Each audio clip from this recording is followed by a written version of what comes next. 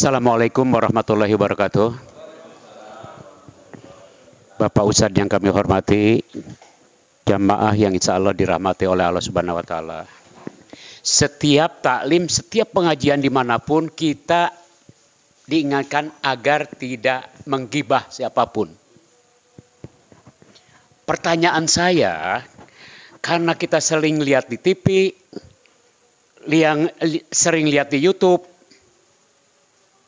tentunya kan kita sebagai orang normal, loh kok begitu?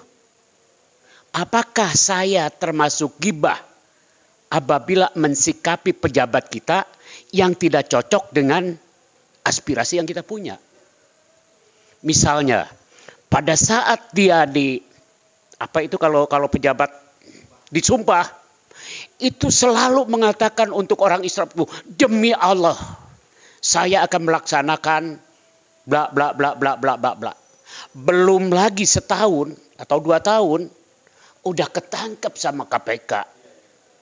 Ini udah bukan rahasia umum lagi. 2 ketangkep. Nah, karena kita orang yang anti seperti itu, tentunya Pak, setiap kelompok-kelompok kita bicara. Apa artinya dia disumpah dengan demi Allah, ternyata belum lagi 1 tahun udah kena. Nah, pertanyaan saya, apakah saya termasuk menggibah apabila bicara di kelompok-kelompok kita, padahal dia nggak kenal sama saya. Saya juga nggak kenal sama dia. Cuma di YouTube sama di TV. Seperti itu untuk sementara. Assalamualaikum warahmatullahi wabarakatuh. Hampir senada dengan pertanyaannya Aki ya. Iya. Jadi memang ada beberapa hal, misalnya saat kita merespon dengan positif, itu akan membuat efek negatif ya menurut saya misalnya nih. Contoh ada yang merongrong akidah Islam, misalnya ada liberal, jil, komunis seperti itu. Beberapa hal yang mereka lakukan tentunya pada saat dia lakukan memungkinkan kita bersikap positif, tapi faktanya memang nanti adalah istilahnya mengotak-atik ayat Al-Quran untuk dijadikan sesuai dengan keinginan dia gitu ya. Istilahnya menjual ayat demi kepentingan dia lah, kira-kira seperti itu. Nah, bagaimana Ustadz menyikapi yang demikian ini? Terima kasih. Assalamualaikum warahmatullahi wabarakatuh. Assalamualaikum warahmatullahi wabarakatuh. Pertanyaan saya tadi Ustadz mengatakan bahwa mengibaratkan atau menggambarkan jamaah yang tidak punya kebutuhannya kurang, kemudian beristighfar. Dengan istighfar itu akan mendapatkan apa yang dibutuhkan dipenuhi oleh Allah. Nah, beberapa waktu yang lalu dan mungkin seringkali kita lihat ke YouTube, saya mendapatkan semacam WA dari saudara yang jauh di sana di Jawa, itu mengatakan, Lesan, kalau mau mendatangkan rezeki itu bacalah sallallahu alaihi wasallam. Itu berarti kan sholawat kepada Allah. Sallallahu alaihi wasallam. Iya, sallallahu alaihi wasallam. Ya, seperti itu. Sallallahu alaihi wasallam. Kalimatnya seperti itu. Sallallahu alaihi wasallam sebanyak-banyaknya. Maka kebutuhan Lesan akan dipenuhi dan Allah akan mengatur hidup Lesan, seperti itu. Nah, yang saya tanyakan adalah mana yang lebih mempunyai dasar hukum, istighfar atau tadi sholawat kepada Nabi untuk mendatangkan kebaikan atau mendatangkan rezeki. Ini kan. Terima kasih. Assalamualaikum. Jelaskan tentang tadi. Yang pertama, apakah termasuk ghibah? Kalau kita melihat di televisi misalnya ada seorang pejabat ya yang baru saja disumpah, belum sampai 2 tahun sudah ketangkap KPK. Pertanyaannya gini, apa sih yang disebut ghibah ya? Ghibah itu membicarakan kejelekan orang lain, individu Pak ya. Membicarakan kejelekan individu seseorang, dan itu orang ya benar dia punya kejelekan itu ghibah Pak.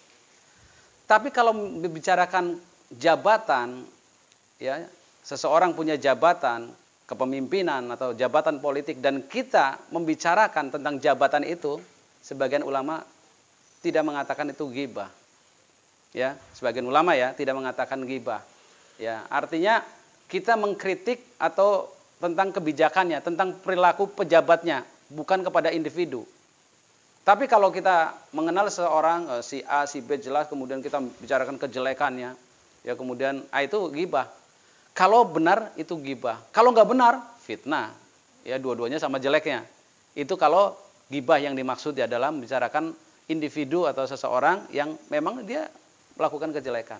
Tapi kalau berkaitan dengan jabatan seseorang, ya kemudian kita mengkritik kebijakannya, ya kemudian kok dia begitu, ya itu sebagian ulama ya membolehkan selama tidak melampaui batas.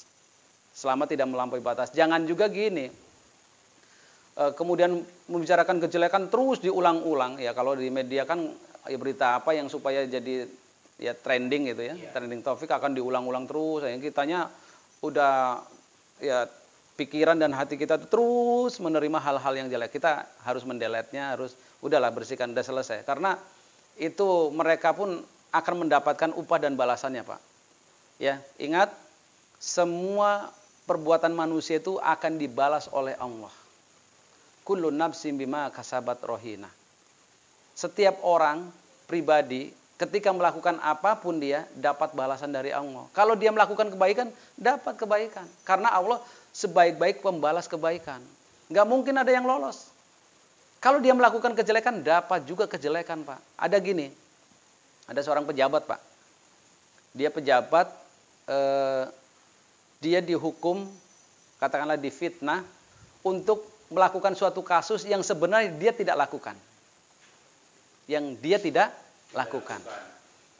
Wah, saudaranya atau yang dia sendiri mengatakan ini enggak adil, ini kedzaliman, iya kan?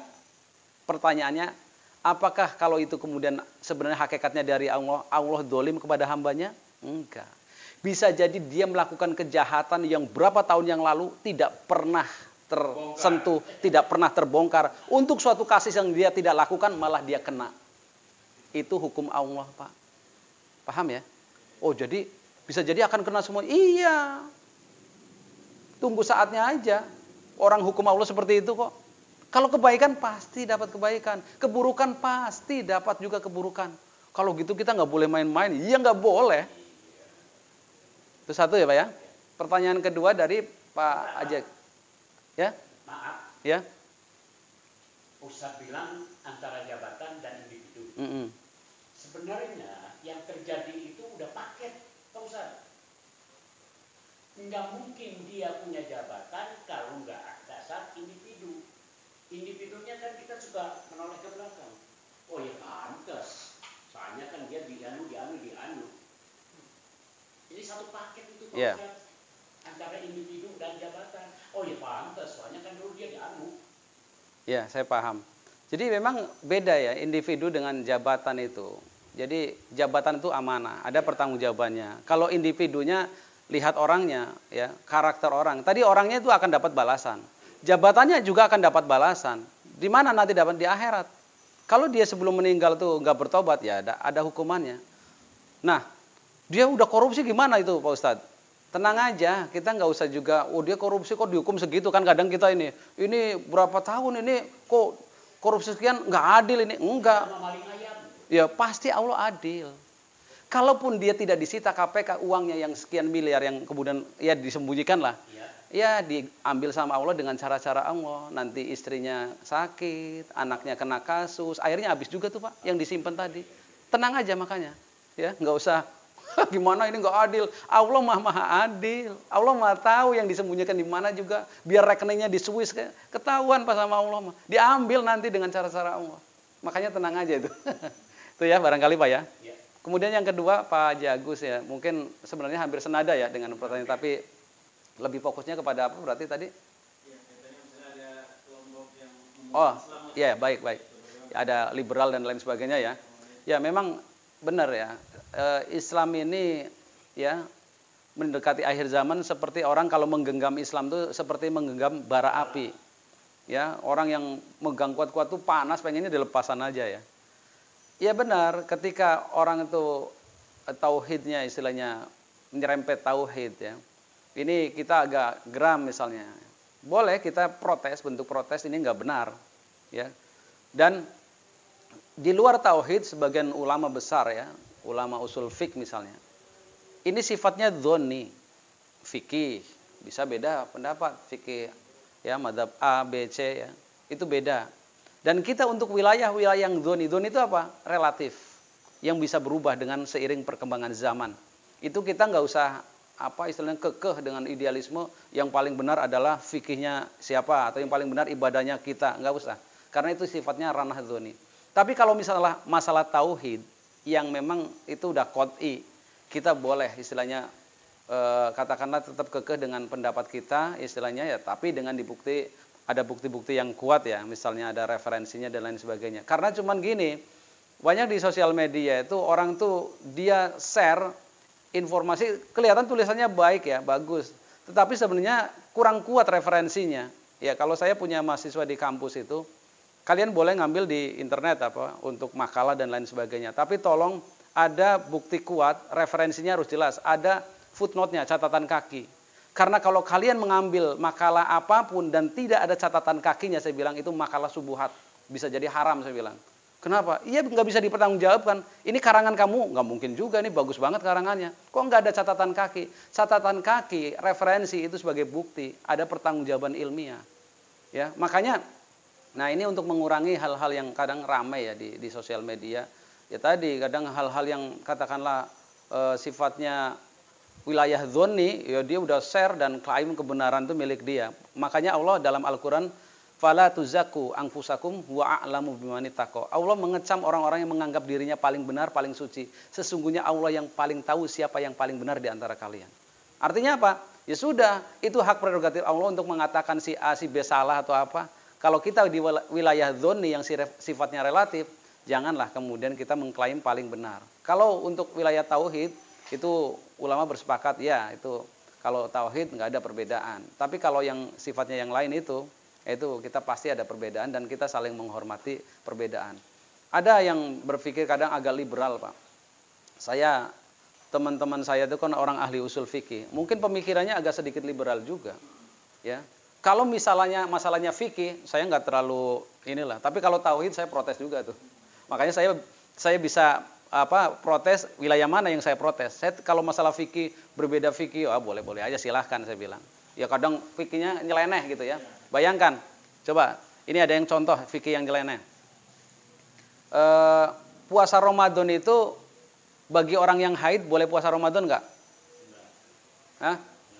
Yang haid, ya ini kalau fikih yang mengambil dari ini di dalam Al-Quran nggak ada Pak. Ayat berapa tunjukkan kepada saya sudah mengkajinya. Yang orang haid itu nggak boleh puasa Ramadan. Ayat apa? Surat apa? Faman kana minkum maridun aw ala safarin fa iddatun min ayyamin ukhra. Barang siapa yang sakit atau dalam perjalanan boleh nggak puasa. Maridun. Bukan orang yang haid, Pak. Nggak ada kata-kata haidnya, Pak. Kalau sholat, iya saya setuju. Orang yang haid nggak boleh sholat. Tapi puasa enggak, Pak. Tapi itu kan pendapat fikih yang sifatnya dzonni tadi. Saya nggak berani tuh ini nggak benar nih, kalau ulama Imam Syafi'i, saya nggak berani tuh, biarin aja itu pemikiran. Itu bisa berubah fikih kok. Nah, banyak kan orang yang bicara yang gitu, udah engkel-engkelan gara-gara fikih. Kalau tauhid saya iya, tapi kalau yang fikih, walaupun kayak yang agak nyeleneh, biarin aja, semuanya punya dalil kok. Ini sedikit gambaran saja. Coba cari aja, tanya aja ke siapa, ada nggak dalil yang mengatakan orang yang haid nggak boleh puasa? Nggak ada. Dalil puasa itu cuma satu ayat Al-Baqarah 183, 184 itu. Udah nggak ada lagi. Di tafsirannya nggak ada yang mengatakan itu. Tapi kalau fikihnya Imam Syafi'i, ya kalau bisa ya yang haid nggak usah puasa. Ruksoh istilahnya. Tapi apakah haram? Nah itu yang harus di garis bawah itu.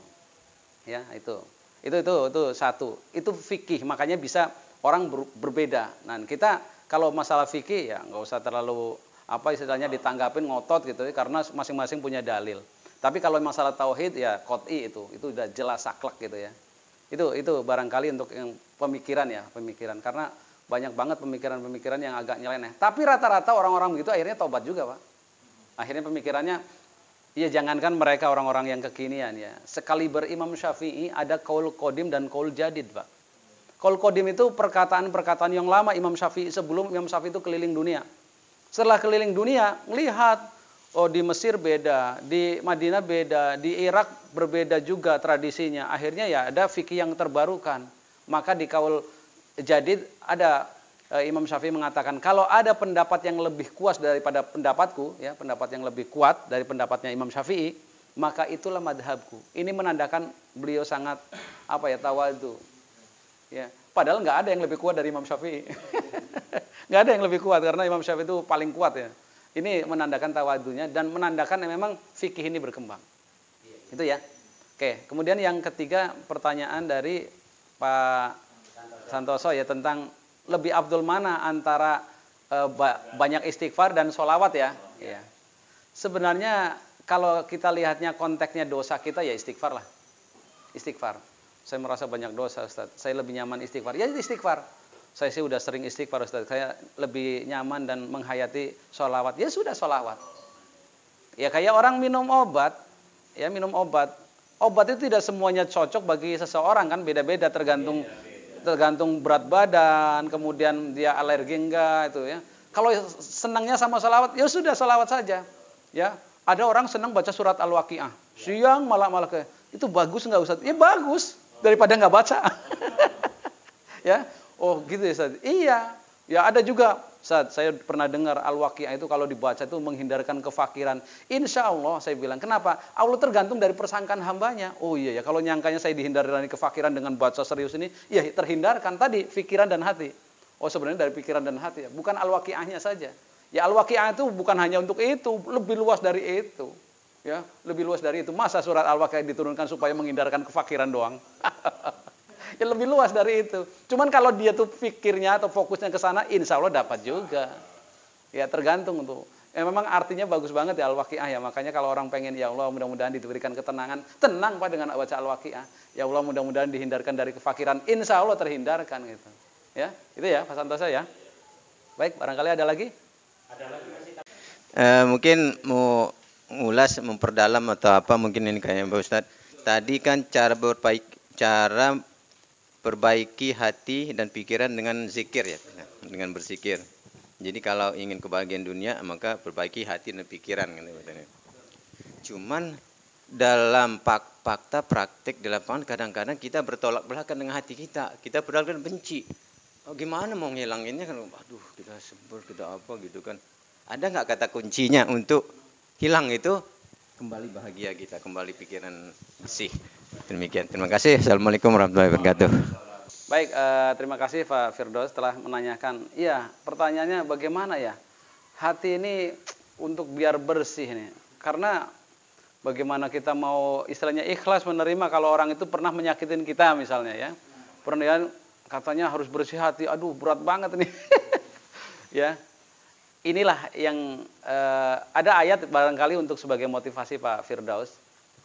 Ada dikisahkan Abu Bakar As-Siddiq ya. Bahwasanya pernah, mungkin pernah saya waktu diterangkan di majelis ini, Aisyah anaknya, itu kan berarti istrinya Rasulullah, Aisyah itu kan, Rasulullah itu menantunya Abu Bakar. Nah, suatu hari Aisyah itu pernah ketika perang ya, beliau tertinggal ya, kemudian ada tim apa istilahnya untuk yang membersihkan, itu barangkali ada yang ya tim penyapu lah ya, barangkali ada yang ketinggalan barang atau orang atau apa. Nah akhirnya ketemu oleh tim tadi penyisir ya, kemudian dibawa, kemudian naik unta.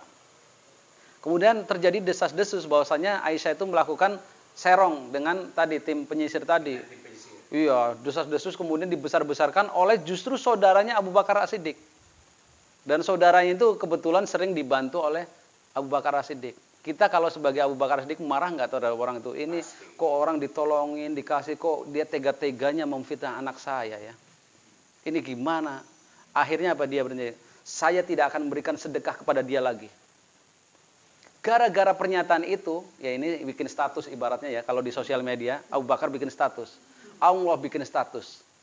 Apa statusnya? Turun ayat. Ya, Janganlah karena kebencian di antara kalian, karena kemarahan di antara kalian, kemudian kalian tidak akan memberikan sedekah. Maukah Allah mengampuni dosamu kalau kamu maafkan dia? Karena Allah juga Maha Pemaaf. Dengar ayat ini langsung. Ini bedanya orang beriman dengan tidak, Pak. Kalau orang beriman diingatkan langsung sadar, Pak. Oh iya ya, ya Allah. Allah langsung turun tangan ibaratnya ketika dia bikin status seperti itu. Iya kan? Oh, langsung turun ayat. Oh, akhirnya apa? Saya akan sedekah 2 kali lipat lagi kepada orang tadi. Dimaafkan, Pak. Pertanyaannya, apakah orang tadi kemudian tobat juga? Gara-gara sedekah tobat, Pak. Dia juga minta maaf, kemarin memfitnah dan sebagainya. Karena apa? Pemaaf ini insya Allah nggak ada salahnya, nggak ada ruginya. Ya nggak ada salahnya, nggak ada ruginya. Ya, ada lagi kisah barangkali ya, seorang sahabat namanya Ammar bin As. Ya, kemudian dengan Muawiyah. Ammar bin As itu punya anak buah yang kerja sama Muawiyah juga gitu. Nah, ketika itu ada barang-barang dari Ammar bin As itu katakanlah tidak dikembalikan ya, mungkin ya bukan maksudnya Muawiyah tidak mengembalikan, ya mungkin salah naruh atau apa gitu. Wah, marah dia, bikin surat. Suratnya itu tulisannya, "Wahai anak wanita pemakan jantung, kamu jangan begitu dong." Kata-katanya udah keras banget tuh. Ya, di panjang lebar gitu. Nah, dijawab oleh Muawiyah dengan kesabaran, Pak. Wahai yang dijamin masuk surga. Karena dia kan sahabat Badar, masuk surga, dijamin. Ya, insya Allah maafkan saya begini-begini, tidak seperti yang disangkakan gini-gini. Mendengar kata wahai, ya, yang dirindukan surga, wahai calon penghuni surga, itu kan langsung menghantam dia otomatis. Ya Allah, saya ngomong jelek kok dia baik. Begitu, Pak. Ini jawaban telak banget juga nih. Ya, akhirnya dia, Ammar bin As kepada ajudannya, siapkan kuda. Malam ini juga saya berangkat, saya mau minta maaf atas kata-kata kemarin. Jadi minta maaf jangan tunggu lama-lama. Akhirnya dia memacu kudanya 2 hari 2 malam, nggak berhenti untuk cepat segera. Jangan sampai dia meninggal, saya belum minta maaf sama dia. Sampai segitunya sahabat. Sahabat itu iya, berbuat dosa iya, tapi cepat sadar. Ya kita bukan sahabat, kalau bisa juga ngikutin. Berbuat dosa iya, tapi cepat sadar. Supaya apa? Jangan sampai punya salah sama teman, sama saudara, udah meninggal dia, belum memaafkan kita. Waduh, takutnya ditagih di sana. Mau masuk surga digandulin gak jadi. Ya, naudzubillah. Makanya insya Allah gak ada ruginya kalau kita punya jiwa pemaaf. Kalau pemaaf itu narik dia untuk jadi memaafkan juga kita. Gitu ya Pak ya? Mudah-mudahan.